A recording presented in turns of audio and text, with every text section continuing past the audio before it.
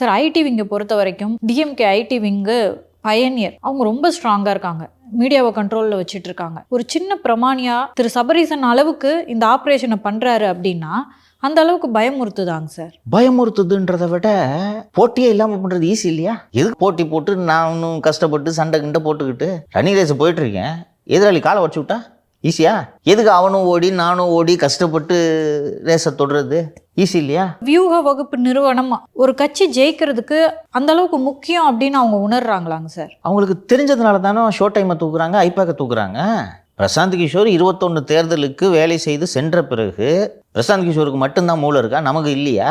நாமளே இன்னோஸாக ஒன்று ரெடி பண்ணுவோன்னு சொல்லிட்டு தானே பேனா நிறுவனத்தை உருவாக்கினார்கள். அந்த நிறுவனம் கிட்டத்தட்ட ஒரு 200 எம்ப்ளாயிஸ் என்று நான் நினைக்கிறேன். அந்த எம்ப்ளாயிஸோட அந்த நிறுவனம் செம்மையாக தானே செயல்பட்டு கொண்டு இருக்கிறது. இதை விட இப்போ நீங்கள் என்ன வியூகம் வகுக்க போகிறீங்க?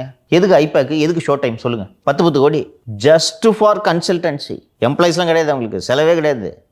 ராபினும் ரிஷியும் வந்து உட்காந்து கன்சல்டன்சி பண்ணுறதுக்கு ஆளுக்கு 10 கோடி. தம்பி பைத்தியமாவங்க. இவங்ககிட்ட இல்லாத என்ன ஸ்ட்ராட்டஜி அவங்க 2 பேரும் சொல்லிட்டு போகிறாங்க?